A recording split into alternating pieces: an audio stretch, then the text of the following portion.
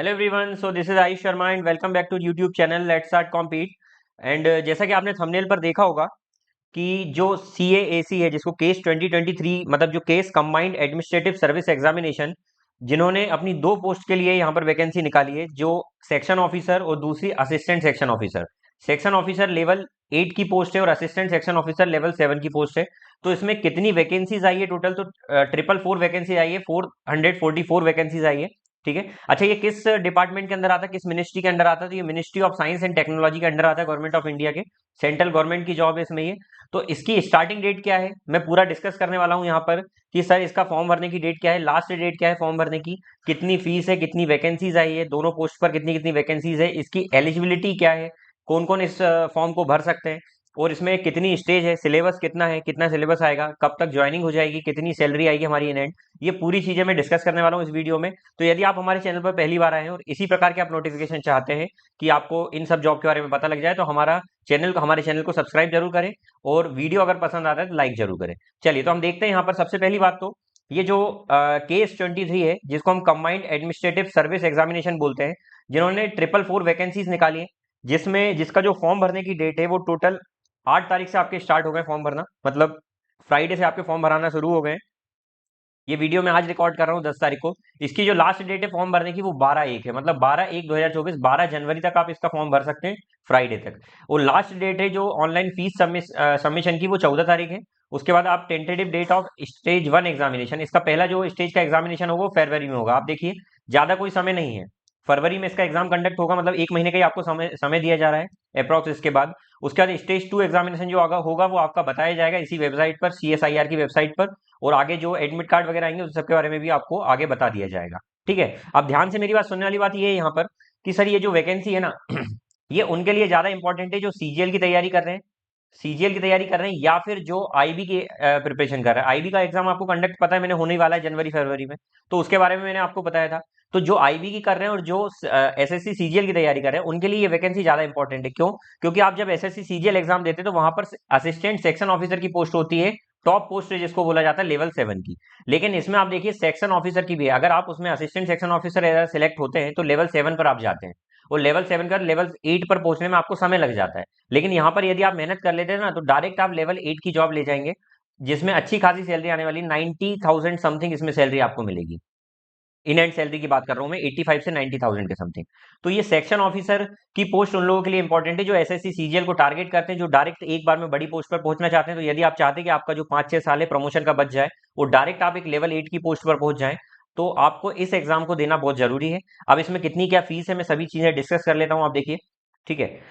अब देखिए, ये जो है CSIR क्या है, council of scientific and industrial research, जो कि 1942 में बना था। ये एक ऑटोनोमस बॉडी है। ठीक है। और उसके बाद ये कहाँ कहाँ पर है इसके बारे में देखो, ये पूरा लिखा हुआ है, आप इसको रीड कर सकते हैं। लेकिन मेन बात जो है हम उसको डिस्कस कर लेते हैं यहाँ पर। वैकेंसी के बारे में जो सबसे बड़ा आपको डाउट रहता है, वैकेंसी कितनी है और क्वालिफिकेशन इसके लिए क्या क्या है, वो पूरा मैं डिस्कस कर लेता हूँ यहाँ पर। ठीक है। तो पहली पोस्ट देखते हैं, सेक्शन ऑफिसर की पोस्ट है, जिसका पोस्ट कोड ये लिखा हुआ है यहाँ पर। इसकी जो पोस्ट है टोटल 76 पोस्ट है। जो मैंने आपको 444 पोस्ट बताई ना, 444 पोस्ट, उसमें से 76 पोस्ट आपकी सेक्शन ऑफिसर की पोस्ट है, जो ग्रुप बी ऑफिसर में आता है, और ये गेजेटेड होता है, गेजेटेड। और देखिए, आपको जो SSC से पोस्ट मिलती है ना भाई, जो लेवल 7 की होती है टॉप पोस्ट, वो नॉन गेजेटेड होती है। लेकिन यहाँ पर आप अगर सेक्शन ऑफिसर बन जाते हैं ना, तो भाई आप गेजेटेड ऑफिसर बन जाएंगे। ठीक है। और डायरेक्ट गेजेटेड बनना अपने आप में बहुत बड़ी बात है। इसके लिए जो एजुकेशन क्वालिफिकेशन है कुछ नहीं है, सिर्फ आपकी यूनिवर्सिटी की डिग्री होना चाहिए। ठीक है। और आपकी एज लिमिट जो है वो 33 ईयर से ज्यादा नहीं होना चाहिए। इंपॉर्टेंट बात ये है। इसका जो पे लेवल 8 है, उसके बाद सर इसकी जो बेसिक पे बनेगा वो 47,600 से स्टार्ट होगा और आपका 1,51,100 तक जाएगा।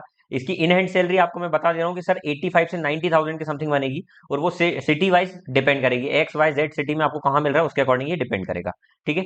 उसके बाद असिस्टेंट सेक्शन ऑफिसर की जो पोस्ट है, उसमें टोटल 368 पोस्ट है। ये भी कम पोस्ट नहीं है, बहुत ज्यादा पोस्ट है, क्योंकि आप SSC का एग्जाम देते हैं तो वहां पर भी असिस्टेंट सेक्शन ऑफिसर की इससे कम ही वैकेंसी आती है। लेकिन यहाँ पर आप देखिए इतनी ज्यादा वैकेंसी है। ये भी ग्रुप बी ऑफिसर ही है, लेकिन ये नॉन गेजेटेड ऑफिसर है, और ये लेवल 7 की पोस्ट है, जिसमें आपकी सैलरी 75,000 से 80,000 के समथिंग आएगी।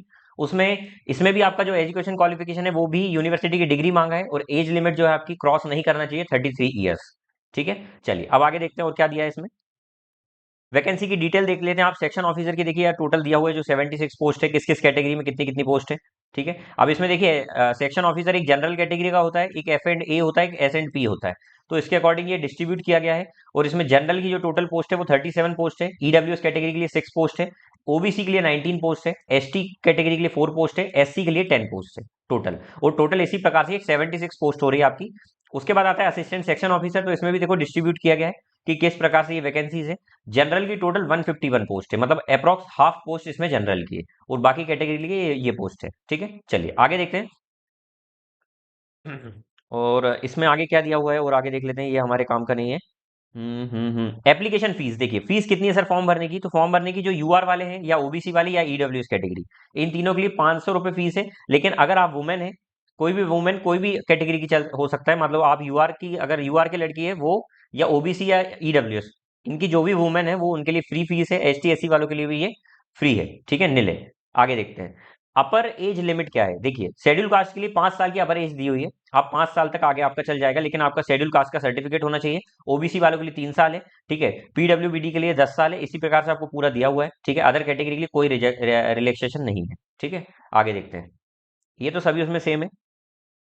एक पॉइंट ये देख लीजिए, date of birth filled by candidate in the online form same recorded in matriculation सेक्रेट। देख लीजिए भाई, जो भी आपका डेट ऑफ बर्थ है ना, वो आपका 10th क्लास और 12th क्लास से पूरा मैच करना चाहिए, चेंज नहीं होना चाहिए। अगर आपका चेंज हो जाता है तो आपको बाहर कर दिया जाएगा, गलती इसमें होना नहीं चाहिए फॉर्म भरते टाइम।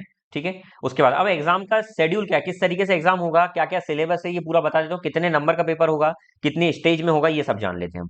ठीक है, तो पहले इसका जो पेपर 1 होने वाला है ना भाई, सबसे पहले आपका पेपर 1 जो फरवरी में आपका होने वाला है, उसमें आएगा 2 सब्जेक्ट आपके, जनरल अवेयरनेस और इंग्लिश लैंग्वेज एंड कॉम्प्रिहेंशन। ठीक है, तो 2 सब्जेक्ट आएंगे, जिसमें जनरल अवेयरनेस जो आएगा आपका वो 100 ऑब्जेक्टिव टाइप क्वेश्चन होंगे। हर एक क्वेश्चन 1 नंबर का होगा। और अगर आप रॉन्ग क्वेश्चन करते हैं तो उसमें 0.33, मतलब इसमें 1/3 की नेगेटिव मार्किंग होगी। इसमें कितनी नेगेटिव मार्किंग है? 1/3 की नेगेटिव मार्किंग है। उसके बाद यदि आप बात करते हैं इंग्लिश लैंग्वेज की, तो इसमें इंग्लिश लैंग्वेज में भी 50 ऑब्जेक्टिव आएंगे। 1 मार्क्स का एक ऑब्जेक्टिव होगा टोटल। और उसके बाद 0.33 नंबर आपका नेगेटिव मार्किंग होगा। तो इस प्रकार से सर देखें तो 100 ऑब्जेक्टिव ये 50 है, तो टोटल 150 क्वेश्चन आएंगे, 150 नंबर के आएंगे। और इसके लिए आपको 2 घंटे का समय मिलेगा, 120 मिनट। तो समय ठीक ठाक है, इतना कम समय नहीं है आपके लिए, क्योंकि कहीं ना कहीं जनरल अवेयरनेस भी ऑब्जेक्टिव टाइप पेपर है। और आप इसको भी देखें तो इंग्लिश भी थोड़ा सा मतलब सब्जेक्टिव क्वेश्चन ही है, बट ऑब्जेक्टिव ही है, लेकिन इसमें इतना थ्योरेटिकल होता है तो इतना आपको पढ़ने की जरूरत नहीं रहती है। तो 120 मिनट इसके लिए अच्छा समय है। उसके बाद बात करते हैं पेपर 2 की। पेपर 2 में आपका जनरल इंटेलिजेंस आएगा, रीजनिंग आएगा और मेंटल एबिलिटी आएगा। और ये टोटल 200 नंबर का पेपर होगा, जिसमें नेगेटिव 1 नंबर का एक क्वेश्चन होगा, नेगेटिव मार्किंग भी 1/3 होगी। तो 200 नंबर का ये पेपर होगा। इसके लिए आपको 2.5 घंटे का समय, 2.5 आवर का समय मिलेगा, और 150 मिनट जिसको हम बोल सकते हैं। अब पेपर 3 जो होगा ये इंपॉर्टेंट है भाई। देखिए अगर आपने आईबी का फॉर्म भरा है ना, तो उसमें भी आपका डिस्क्रिप्टिव पेपर होता है। तो जो भी इंटेलिजेंस ब्यूरो की प्रिपरेशन कर रहे हैं ना, तो उनके लिए डिस्क्रिप्टिव पेपर तो कोई दिक्कत नहीं है। लेकिन जो एसएससी सीजीएल की कर रहे हैं, उनको थोड़ा सा हो सकता है कि मेहनत करना पड़ेगा। ऑब्वियस है, मेहनत तो करना ही पड़ेगा भाई, क्योंकि आप कहीं ना कहीं एक डायरेक्ट एएसओ या फिर सेक्शन ऑफिसर की पोस्ट लेना चाहते हैं, तो थोड़ी सी मेहनत आपकी लगेगी। तो इसमें ए से प्रेसी राइटिंग लेटर या एप्लीकेशन आएगा, और जो कि 150 नंबर का होगा, जिसके लिए आपको 2 घंटे का समय मिलेगा। ठीक है, उसके बाद आपका होता है इंटरव्यू। इंटरव्यू होगा जो आपका 100 नंबर का होगा, for the post of section officer only. मतलब आपका एएसओ के लिए इंटरव्यू नहीं है, एएसओ के लिए आपकी ये 3 स्टेज और आप क्वालिफाई कर जाएंगे। लेकिन यदि आप एक सेक्शन ऑफिसर की प्रिपरेशन कर रहे हैं, आप टारगेट कर रहे हैं सेक्शन ऑफिसर की पोस्ट को, तो उसके लिए आपका इंटरव्यू भी होगा 100 नंबर का। लेकिन जब आप ये तीनों स्टेज क्रॉस कर लेंगे, उसके बाद इंटरव्यू होगा। यदि आप क्वालिफाई करते हैं तीनों स्टेज, तब आपका इंटरव्यू होगा सेक्शन ऑफिसर के लिए। उसके बाद, क्योंकि ये गेजेटेड पोस्ट है भाई, बिना इंटरव्यू के लिए इसमें आपको इन नहीं कर सकते।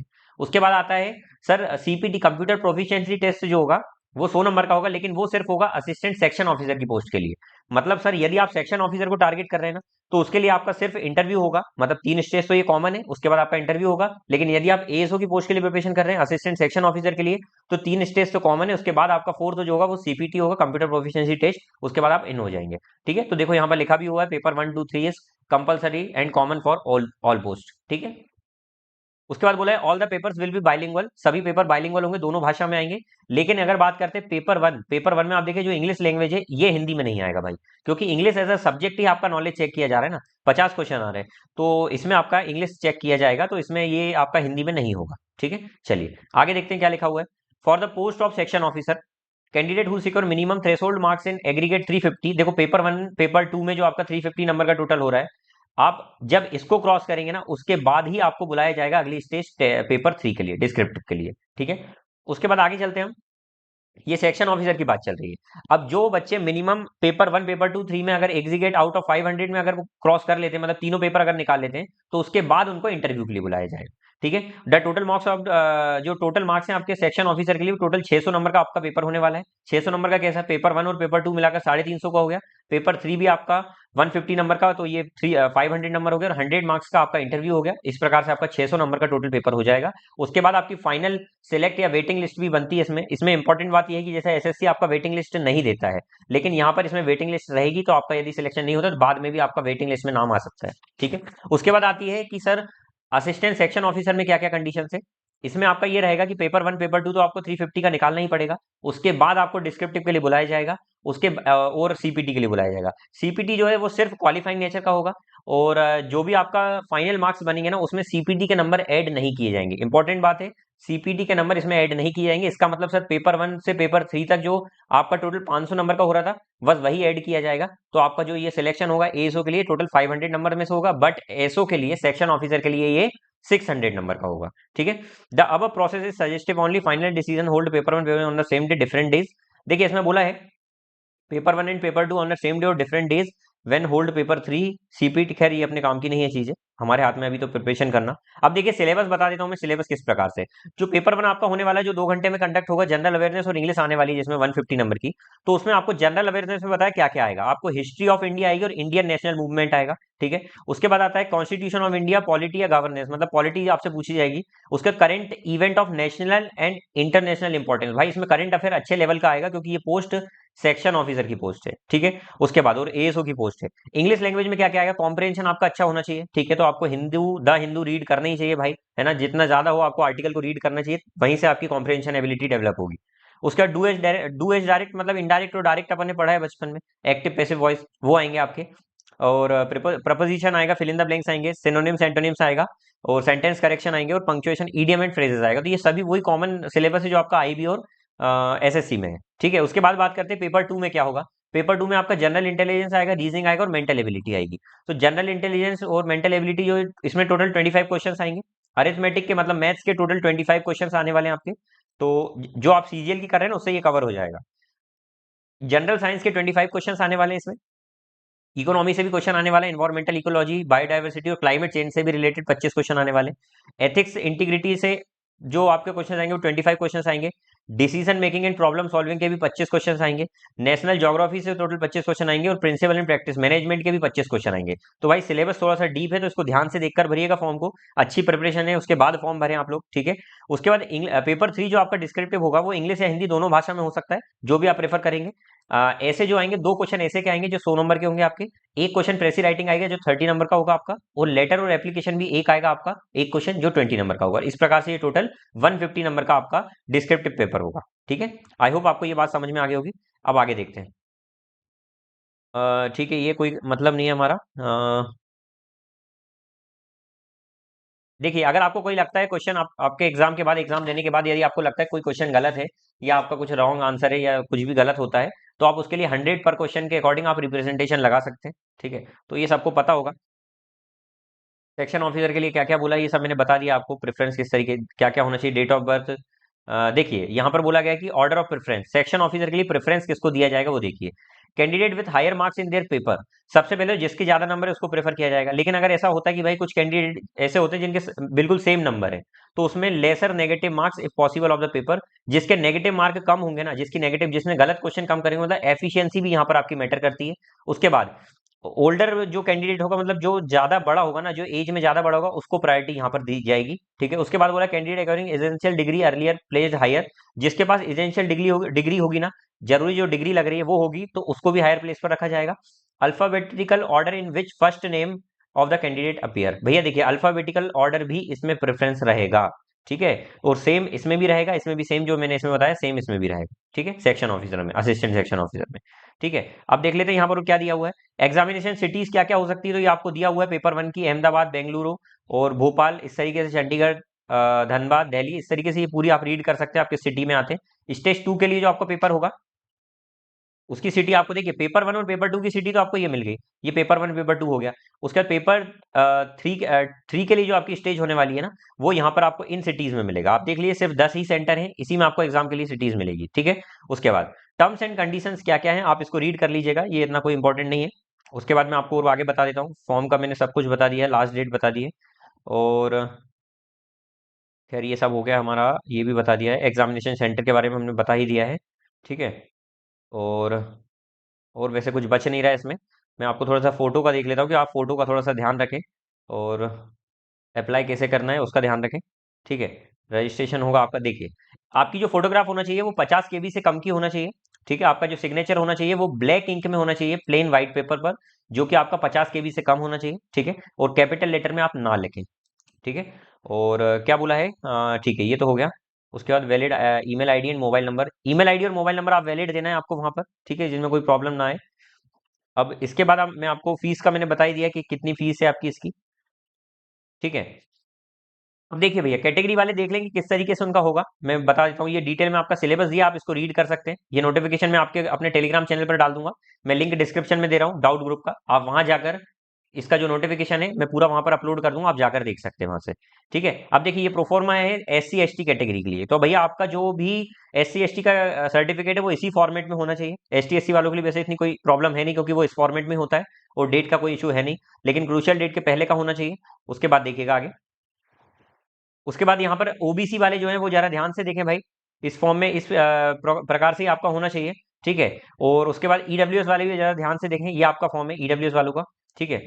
अब ध्यान से सुनने वाली बात ये है, अब ध्यान से मेरी बात सुनिएगा, आप जो भी भाई EWS कैटेगरी से फिल कर रहे हैं, चाहे आप OBC से फिल कर रहे हैं, लेकिन एक बात मेरी ध्यान रखना, आप यदि EWS से फिल कर रहे हैं ना भाई, तो आप पूरी कंडीशन फुलफिल कर रहे हो, उसमें डेट जो दी हुई है, जिस डेट के पहले का आपका होना चाहिए सर्टिफिकेट, वो डेट ध्यान रखना, क्रूशियल डेट से पहले का होना चाहिए। यदि आप बाद के हैं ना भाई, तो मेरी बात ध्यान से सुनिएगा, आप फिर जनरल से ही फॉर्म भरना, क्योंकि SSC CGL में अभी जो आपका मेंस में हुआ है ना, आपका SSC CGL का जो फाइनल रिजल्ट आया ना भाई, उसके बाद बहुत सारे बच्चों का जब DV हो रहा है, CHSL का जब DV हो रहा है ना, क्योंकि अब DV डिपार्टमेंट कर रहा है, तो डिपार्टमेंट करता है, पहले SSC करता था तो वो उसको प्रोविजनल या क्लियर कर देता था, लेकिन अब डिपार्टमेंट जब DV कर रहा है ना जब से, तो वो डिपार्टमेंट पूरी प्रॉपर तरीके से देखता है, और आपकी अगर ये डेट मैच नहीं होती ना, डायरेक्ट आउट करते हैं।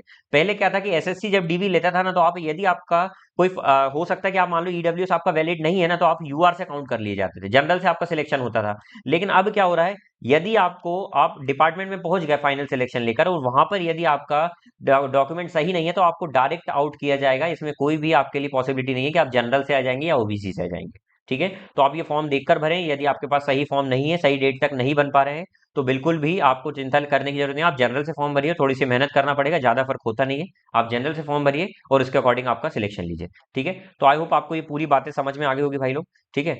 तो इतनी बातें आपको समझ में आ गई हो तो मिलते हैं फिर अगली वीडियो में। आप ये फॉर्म भर सकते हैं, इसकी लास्ट डेट मैंने आपको बता दी है, लास्ट डेट जो है इसकी 12 जनवरी होने वाली है, लास्ट डेट का वेट बिल्कुल भी ना करें। और इसका जो Tier 1 का एग्जाम होने वाला है वो फरवरी में होने वाला है। चलिए, तो thank you so much class, यदि आपको वीडियो अच्छा लगा हो तो लाइक जरूर कर देना, और शेयर करिए, जिस जिसको भी ये फॉर्म भरना है उसके लिए शेयर करिए। चलिए, मिलते हैं अगली क्लास में।